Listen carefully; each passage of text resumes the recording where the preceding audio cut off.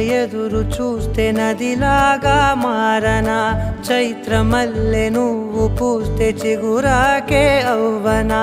నన్నే వరించే యువరాజును అంట నీ యువరాణి